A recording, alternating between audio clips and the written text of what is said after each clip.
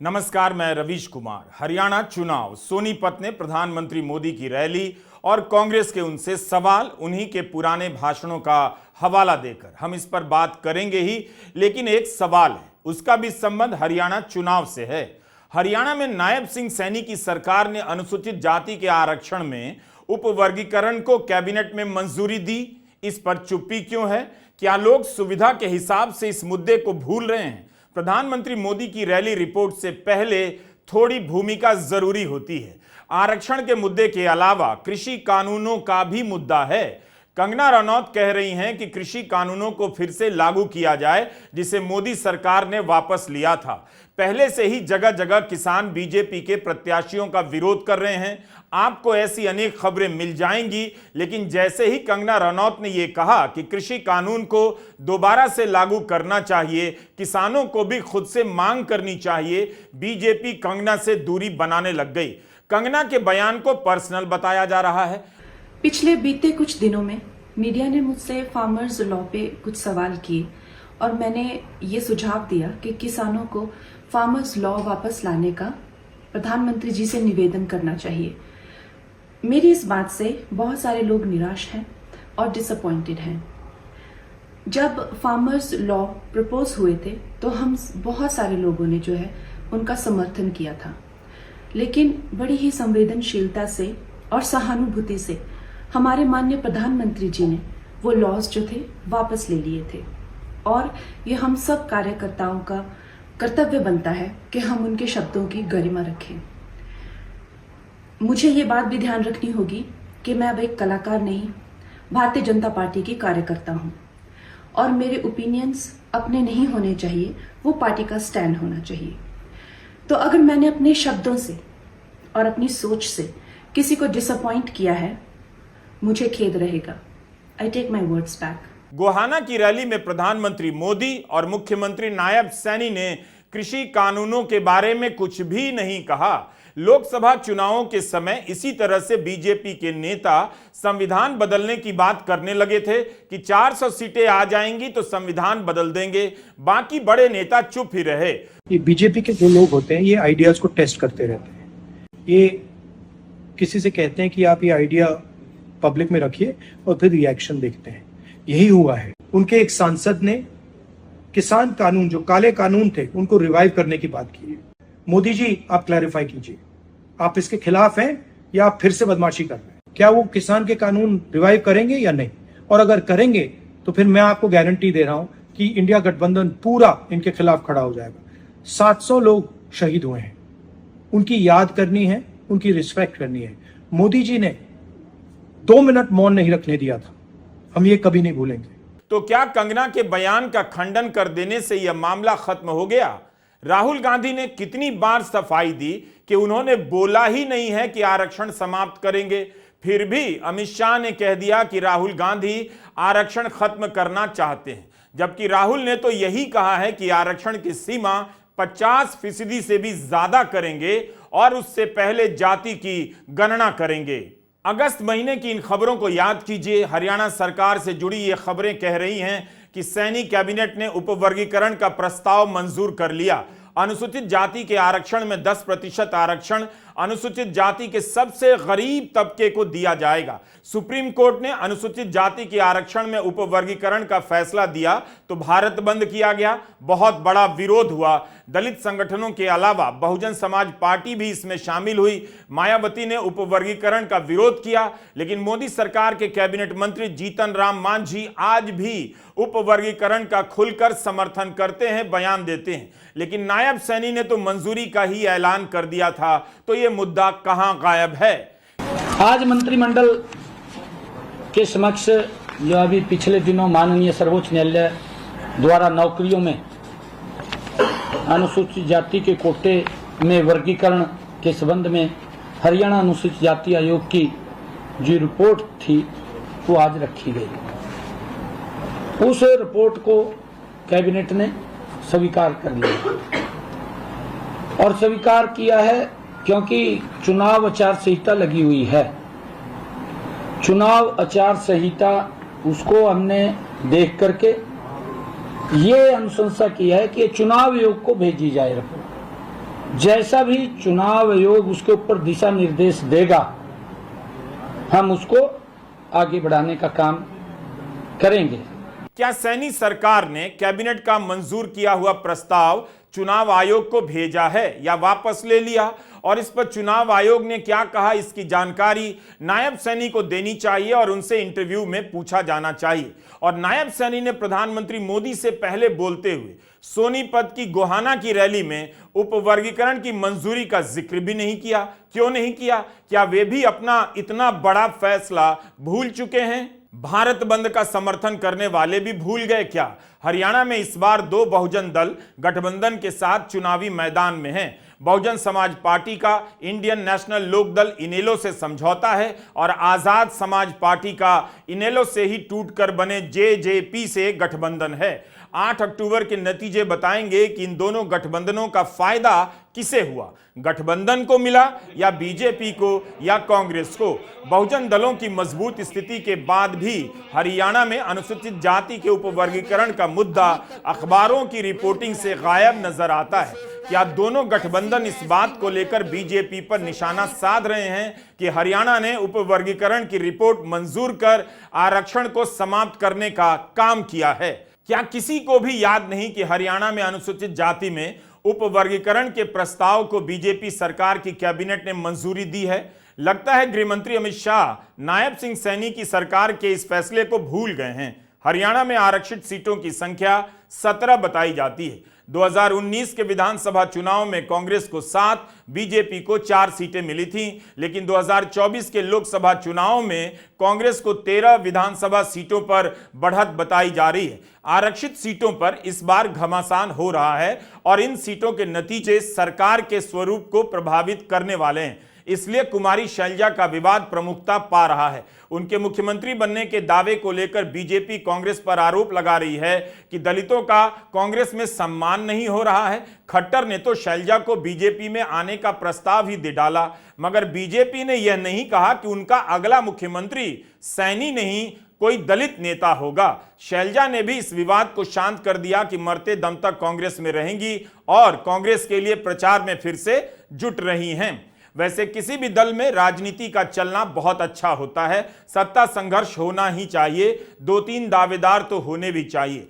Haryana BJP में अनिल विज भी बयान दे रहे हैं कि वे सैनी से सीनियर हैं, मुख्यमंत्री बनना चाहिए, लेकिन अनिल विज की दावेदारी को गोदी मीडिया किनारे लगा देता है। बीजेपी आराम से उससे किनारा कर लेती है। राव इंद्रजीत सिंह भी मुख्यमंत्री बनने का दावा कर रहे हैं, उनके बारे में इस तरह की खबरें छप रही हैं। मुद्दा बनाने में बीजेपी का जवाब नहीं, तो शैलजा की नाराजगी का मुद्दा दलितों का अपमान का मुद्दा बनाने लग गई। चुनावी कवरेज को पढ़ते हुए एक ट्रेंड नोटिस कर रहा हूं। जब मोदी की लहर होती थी या होती है तो अखबार या चैनल खुलकर मोदी लहर लिखने लग जाते हैं। लहरों का विश्लेषण होता था और होता है, लेकिन जब मीडिया को बीजेपी के खिलाफ लहर दिखाई देती है तो वह चुप्पी साध जाता है। तब चुपके से लिखता है इस बार कोई लहर नहीं है। इसकी जगह अखबारों की रिपोर्टिंग में चुनावी घमासान, कांटों की टक्कर जैसी उपमाएं जगह लेने लग जाती हैं। 2024 के चुनाव में यही चालाकी की गई।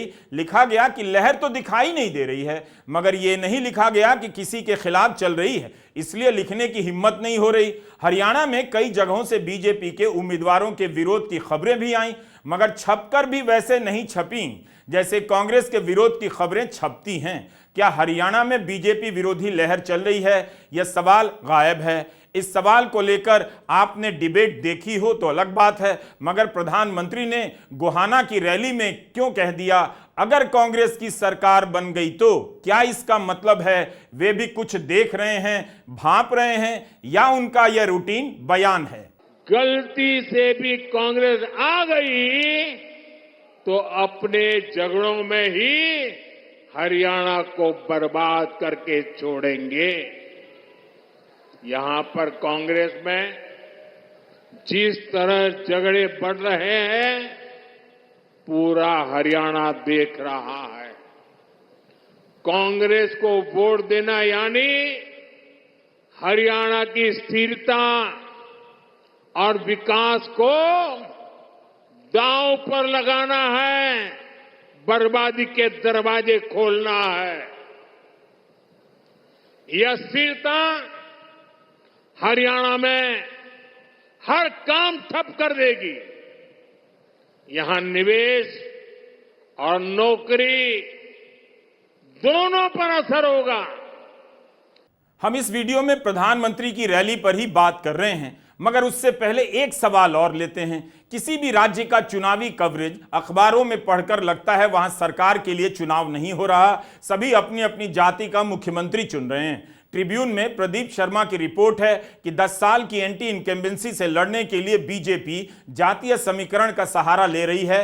पहली सूची में भाजपा ने 14 ओबीसी, 13 अनुसूचित जाति, 13 जाट, 9 ब्राह्मण, 8 पंजाबी, 5 बनिया और एक सिख और राजपूत उम्मीदवारों को टिकट दिया है। 67 नामों की पहली सूची में 27 नए नाम हैं। यह राजनीति की सच्चाई भी है। जाति और अखबार इसी वजह से प्रमुखता देने के लिए मजबूर भी होते हैं। तभी आपको भास्कर की रिपोर्ट से पता चलता है कि विधानसभा की 90 में से 38 सीटें ऐसी हैं जहां एक ही जाति के उम्मीदवार आमने सामने हैं। यह कितना भयावह है और चुनावी राजनीति को कितना सीमित भी कर रहा है।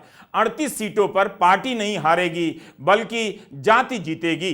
दैनिक भास्कर ने लिखा है कि केवल 36 सीटों पर बीजेपी और कांग्रेस ने अलग अलग जाति के उम्मीदवार एक दूसरे के सामने उतारे। जाति के इन आंकड़ों से चुनाव की समझ तो बनती है, बननी भी चाहिए, लेकिन इतना ज्यादा यह छप रहा है कि कई बार मन उबिया जाता है कि क्या चुनाव इसीलिए होता है कि सब जात वाले अपना अपना नेता चुन लें। ऐसा लगता है कि इस तरह की रिपोर्टिंग से केवल जाति की आकांक्षा अलग अलग वर्गों में पैदा की जा रही है। दैनिक भास्कर की खबर है कि गुरुग्राम से अब तक नहीं बना कोई ब्राह्मण विधायक। यहां 4 बार जाट पंजाबी, 3 बार वैश्य व 2 बार यादव चेहरे जीते हैं। ट्रिब्यून ने लिखा है कि सीएम पद के लिए सैनी ओबीसी हैं तो प्रदेश अध्यक्ष के रूप में मोहनलाल बडोली हैं जो ब्राह्मण समुदाय से आते हैं। जाति की राजनीति से राजनीतिक दलों के भीतर प्रतिनिधित्व की चोरी सामने तो आ जाती है। पता चलता है कि किस जाति के लोगों का वोट लेकर भी उनका प्रतिनिधित्व गायब कर दिया जाता है। मगर क्या इससे ज्यादा कुछ हासिल हो पा रहा है? ओबीसी वोट पर दावेदारी हो रही है बीजेपी की, लेकिन जाति की गणना का मुद्दा भी नहीं बन रहा। यह कैसे हो सकता है? उपवर्गीकरण की तरह जाति की गणना का मुद्दा गायब है। कम से कम जाति के हिसाब से ही उनकी बस्तियों और बेरोजगारों का विश्लेषण होने लग जाता तो दिखता कि 10 साल में वो तरक्की कहां हुई जिसके दावे किए जा रहे हैं। कहने का मतलब है कि भीतरी इलाकों की तस्वीरें दिखाई नहीं देती हैं, केवल बयान नजर आते हैं, लोग बोल रहे होते हैं, चेहरे छपते हैं और जाति के आंकड़े बड़े बड़े दिखाए जाते हैं। मुद्दे और सरकार के काम पर ग्राउंड रिपोर्टिंग पीछे छूटती चली जा रही है। आंकड़ों की रिपोर्टिंग आसान भी है और इसमें खर्चा बहुत कम होता है। चुनाव का सारा बजट बच जाता है। कई बार तो जाति की रिपोर्टिंग ही हावी हो जाती है। कब कौन सी जाति को लेकर माहौल बना दिया जाए पता नहीं चलता। पुराने तथ्य आसानी से गायब कर दिए जाते हैं। जैसे नायब सैनी को ओबीसी बताया जा रहा है ताकि बीजेपी ओबीसी वोटों पर दावेदारी कर सके। भूपेंद्र हुड्डा को जाट बताया जा रहा है ताकि वे जाट वोटों पर दावेदारी कर सकें। जब तक खट्टर मुख्यमंत्री थे उन्हें गैर जाट राजनीति का सम्मिलित चेहरा बताया जा रहा था। जैसे ही उन्हें हटाया गया सैनी को ओबीसी का चेहरा बताया जाने लगा। इस चुनाव से पहले ही खट्टर को हटाया गया।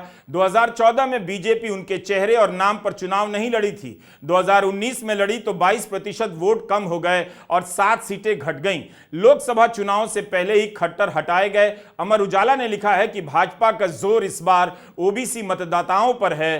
पहले ओबीसी के कोटे से सीएम नायब सिंह सैनी को नियुक्त किया गया, अब टिकटों की भागीदारी में उनका प्रतिनिधित्व बढ़ाया गया है। 10 साल में भाजपा ने ओबीसी जाति के उम्मीदवारों में 33% की बढ़ोतरी की है। इस बार भाजपा ने ओबीसी के 20 उम्मीदवार उतारे हैं। 2014 में 15 ओबीसी उम्मीदवारों को टिकट दिया था। 2024 में बीजेपी ने जाट उम्मीदवारों की संख्या घटा दी है। 16 जाट नेताओं को ही प्रत्याशी बनाया गया है। जिन सीटों पर जाटों के टिकट काटे गए हैं वहां से ओबीसी और ब्राह्मण उम्मीदवार उतारे गए हैं। लेकिन दिलचस्प बात यह है कि जो अखबार जातियों के आंकड़े छाप रहे हैं वही लिख रहे हैं कि मुद्दे गौण हैं। पीड़ित वे भी हैं तब फिर कैमरों में हरियाणा की सड़कें, स्कूल, अस्पताल, कॉलेज के चेहरे क्यों नहीं दिखाई देते हैं? अमर उजाला के सोमदत्त शर्मा की रिपोर्ट के इस हिस्से में उनकी बेचैनी एक रिपोर्टर के तौर पर दिखाई देती है, जो उनके ही शब्दों को मैं पढ़ रहा हूं। लिखते हैं, हिसार के सांसद जेपी के कलायत हल्के गांव दुब्बल में शमशान घाट तक की जमीन नहीं है और गांव में आने के लिए सड़क भी टूटी है, लेकिन गांव के फकौर चंद का कहना है कि काम करे या ना करे, जेपी हमारा नेता है, वोट उसी के बेटे को देंगे। परिवारवाद को भी वह मुद्दा नहीं मानते। उचाना के चौधरी बीरेंद्र सिंह के गांव में भी कई समस्याएं हैं, लेकिन यहां के बलबीर सिंह का कहना है कि कुछ भी हो वोट उन्हीं को दिया जाएगा क्योंकि वे हमारे गोत्र के हैं, किसी दूसरे को वोट देंगे तो गलत होगा। इसी हलके के गांव नगूरा के राम सिंह और अलेबा के पवन कहते हैं कि वह निर्दलीय वीरेंद्र को टिकट देंगे क्योंकि वह पड़ोसी गांव के हैं। चुनाव में कोई एक तस्वीर नहीं होती है, कई परतें होती हैं, मगर यह भी एक तस्वीर है कि सड़क टूटी है, वोट अपनी जाति के उम्मीदवार को देंगे, गोत्र वाले को देंगे। इसके बाद भी हरियाणा में सत्ता विरोधी लहर चल रही है। वो कहां पैदा हो रही है, किस जाति से पैदा हो रही है या सभी जाति से पैदा हो रही है? क्या मीडिया जाति को लेकर एक ऐसी सच्चाई अलग से गढ़ रहा है जिससे उसका अपना नुकसान कम हो? जमीन की रिपोर्टिंग से नाराजगी मोल ना लेनी पड़े।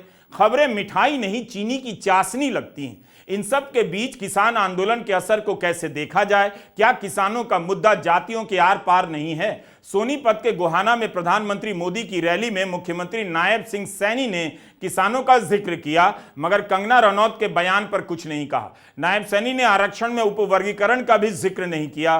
प्रधानमंत्री मोदी ने किसान नेता सर छोटू राम को याद किया, प्रणाम किया, उनके जीवन को किसानों के प्रति समर्पित बताया।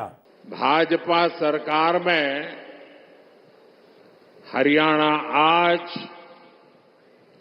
खेती और उद्योग दोनों मामलों में देश के टॉप राज्यों में अपनी जगह बना रहा है। जब औद्योगिकरण बढ़ता है तो इसका सबसे अधिक फायदा गरीब को, किसान को और दलित को होता है। बाबा साहब आंबेडकर, जिन्होंने बाबा साहब आंबेडकर को पढ़ा होगा, न पढ़ा हो तो पढ़ ले।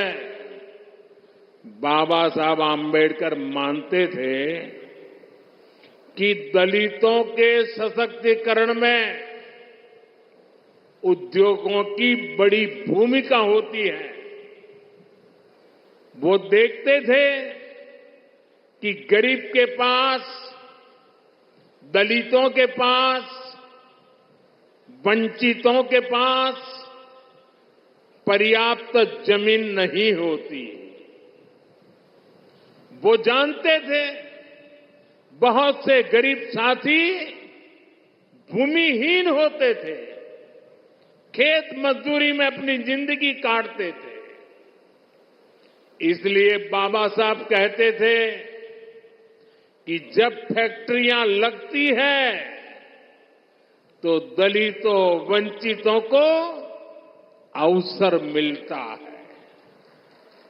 इसलिए बाबा साहब दलितों से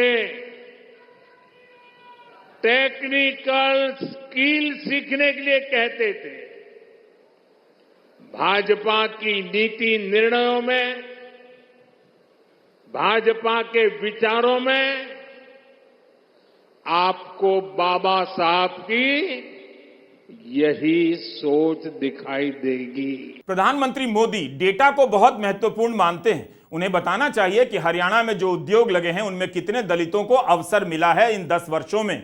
उन्होंने यह नहीं बताया कि कितनी फैक्ट्रियां लगी और कितने दलितों को उनमें नौकरी मिली है। यह भी बता सकते थे कि स्किल इंडिया अभियान के तहत कितने दलितों को ट्रेनिंग दी गई है और उनमें से कितनों को इन फैक्ट्रियों में नौकरी मिली है। इस तरह के आंकड़े दिए जाएं तो चुनावी मौसम में अखबारों से जातियों का आंकड़ा कुछ कमजोर पड़ता नजर आए। हरियाणा के युवाओं के लिए सेना की नौकरी खेती के बाद दूसरी विकल्प थी, लेकिन अग्निवीर के आने के बाद युवाओं को 4 साल की नौकरी का नौजवान बना दिया गया। हरियाणा चुनाव से पहले माहौल बनाया जा रहा था तरह तरह की हेडलाइन से कि अग्निवीर में संशोधन हो सकता है, लेकिन हरियाणा चुनाव तक तो नहीं हुआ। प्रधानमंत्री मोदी खेती के जोत छोटे होने की बात सही करते हैं, लेकिन ये बातें तो पूरे देश के लिए सही हैं और कम से कम 20-30 साल से तो मैं ही पढ़ रहा हूं कि खेती के जोत छोटे होते जा रहे हैं। एक और चुनौती है जिस पर सिर्फ और सिर्फ भाजपा ही बात करती है। हमारे देश में खेत का साइज भी लगातार कम हो रहा है।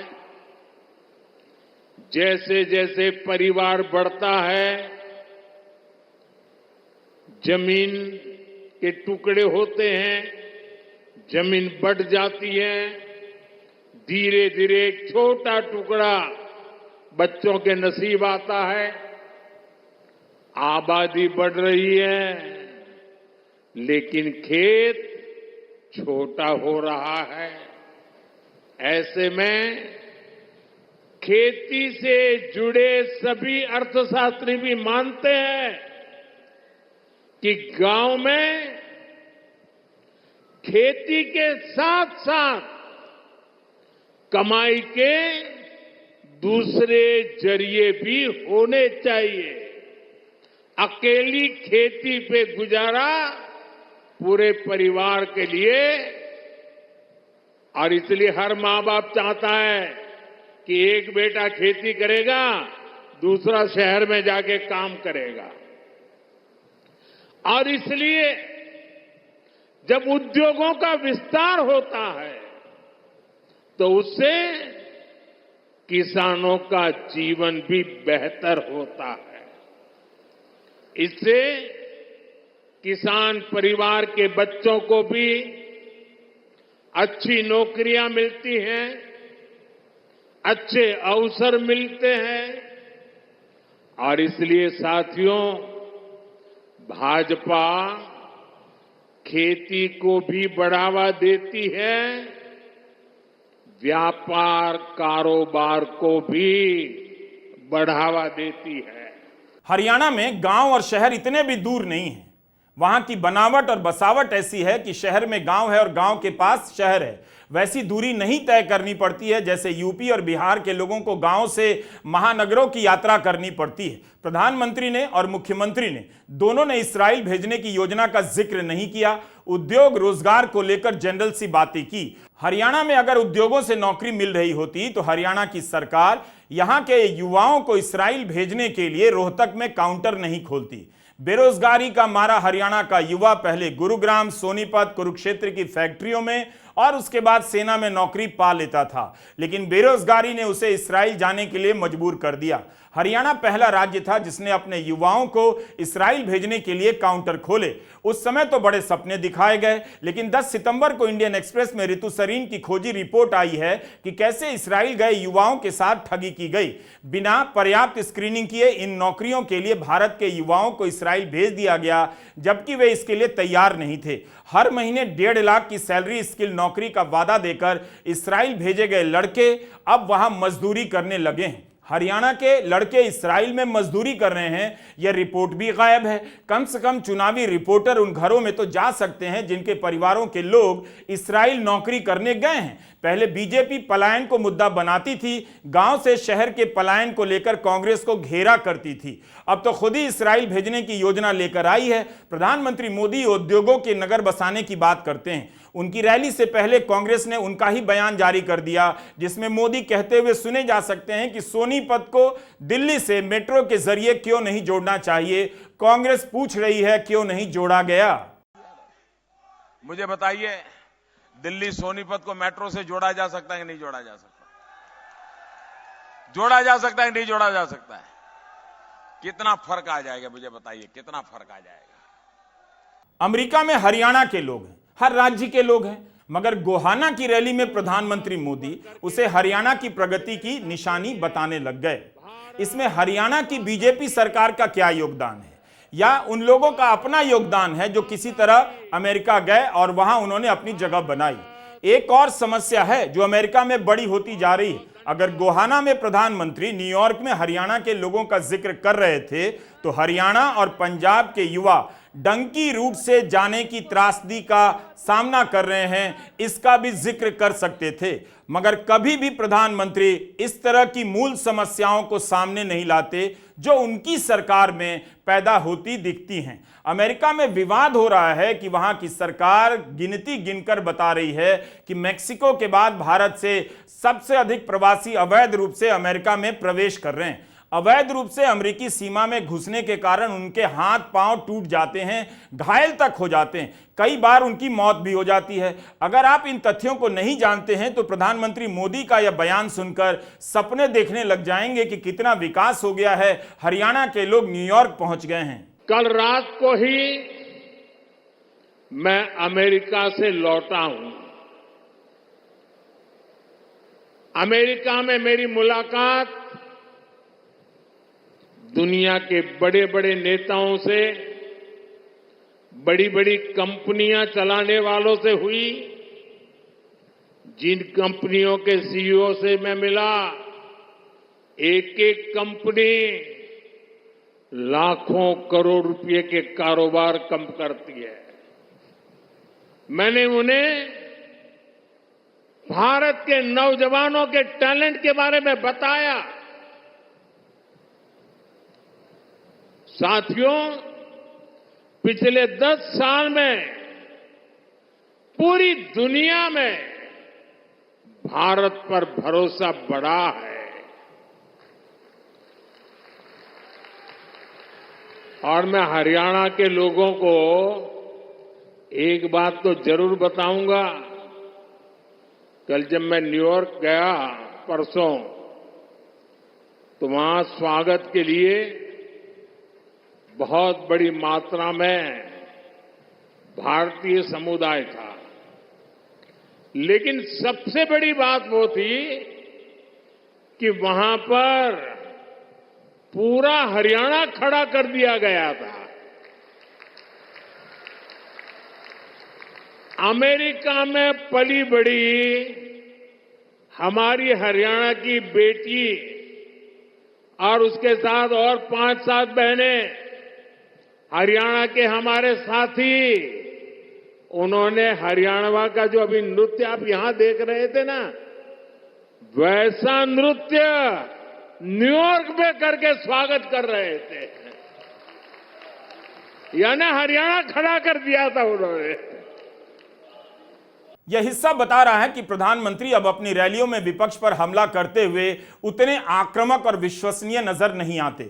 अपनी जीवनी तो वे सुनाते ही थे, अब वे अपनी यात्राओं का संस्मरण भी सुनाने लगे हैं। प्रधानमंत्री मोदी के भाषणों में मोदी का वो तेवर अब नजर नहीं आता। ऐसा लग रहा था कि उनका टच चला गया है। मारुति फैक्ट्री की कारें जापान खरीद रहा है, यह एक अच्छी बात हो सकती है, लेकिन गुरुग्राम में तो जापान के सहयोग से मारुति की कारें दशकों से बन रही हैं। इसमें नया क्या है? क्या हरियाणा के लोगों को मारुति की फैक्ट्री में रोजगार दिया जा रहा है? अगर दिया जा रहा है तो वो संख्या कितनी है? मारुति की फैक्ट्री किसकी सरकार में लगी थी? अब कांग्रेस दावा करेगी, लेकिन मारुति तो अपनी कारों की निर्यात पहले से ही दुनिया के कई देशों में करती रही है, तो जापान का अलग से क्यों उल्लेख किया जा रहा है? बीते 3 साल में ही मैन्युफैक्चरिंग से जुड़े सेक्टर में लाखों नए रोजगार बने हैं। आज भारत में बनी चीजें हम उन देशों को भी बेच रहे हैं जहां से पहले हम मंगाया करते थे। अब आप देखिए, भारत में बनी सुजुकी गाड़ियां, मूलतः वो कंपनी जापान की है। सुजुकी कंपनी गाड़ी अब यहां बनाती है और जापान वाले भारत से वो गाड़ी मंगवा करते खरीदते हैं। और ये कमाल कहां होता है मालूम है? ये कमाल कहां होता है मालूम है? ये कमाल मेरी हरियाणा की धरती से होता है। 1987 में पहली बार मारुति ने मारुति 800 को पूर्वी यूरोप के देशों में भेजा। 1994 में कम्युनिस्ट देशों को निर्यात किया। 1993 में पूरी तरह से भारत में बनी मारुति की जेन गाड़ी यूरोप भेजी गई। ये पहली गाड़ी थी जो भारत में बनी थी और जिसे निर्यात किया गया। सन 2000 में मारुति को दिल्ली में हाईएस्ट एक्सपोर्टर अवार्ड मिला। 2002 में मारुति ने 16,000 ऑल्टो यूरोप भेजी। 2003 तक मारुति ने कुल 3 लाख गाड़ियां निर्यात की। 2008 तक 5 लाख, 2016 तक मारुति 15 लाख गाड़ियां निर्यात कर चुकी थी। तो इसमें नया क्या है? इसमें हरियाणा की जनता को बताने वाली बात क्या है? अगर मारुति का ही श्रेय लेना था तो यह भी बता देते कि मारुति की फैक्ट्रियों में रोजगार कितना बढ़ा और उसमें हरियाणा के कितने लोगों को काम मिला। इसलिए कई बार लगा कि प्रधानमंत्री मोदी दोहराव के शिकार होते जा रहे हैं। परिवारवाद और भाई भतीजावाद पर बोलते हुए अब उनकी बातें विश्वसनीय नहीं लगती। दलाल और दामाद हेडलाइन के लिए अच्छा है, लेकिन 10 साल बाद उन्हें बताना चाहिए था कि सजा कितनों को हुई, 10 साल में सजा क्यों नहीं दिला पाए। यही नहीं, बीजेपी के भीतर भी परिवारवाद बढ़ता चला गया। बीजेपी के नेताओं के पुत्रों, वधुओं और पत्नियों को टिकट मिलते गए। असल में अब जब प्रधानमंत्री परिवारवाद को राजनीतिक भ्रष्टाचार बताते हैं तब ऐसी खबरें उनसे ही सवाल करने लग जाती हैं। जैसे ये खबर करती है कि कांग्रेस पर परिवारवाद का आरोप लगाने वाली बीजेपी खुद फंस गई, 10 नेताओं के परिजनों को टिकट दिया है। प्रधानमंत्री मोदी अपने भाषण में सैद्धांतिक रूप से कई अच्छी बातें कर रहे थे, मगर 10 साल के दौरान रोजगार और फैक्ट्री के मामले में कितनी प्रगति हुई है उसका आंकड़ा भर रख देते तो विपक्ष को जवाब मिल जाता। 10 साल में कितने औद्योगिक शहर बने, कितनी फैक्ट्रियां लगी और रोजगार मिला, इसकी जगह बताते रहे कि अलग अलग शहरों में औद्योगिक शहर बनाए जाएंगे। प्रधानमंत्री मोदी की अगली रैली 28 सितंबर को हिसार में है और 2 अक्टूबर को पलवल में है। शायद वहां पर कुछ नए आंकड़ों की उम्मीद की जा सकती है। नमस्कार, मैं रवीश कुमार।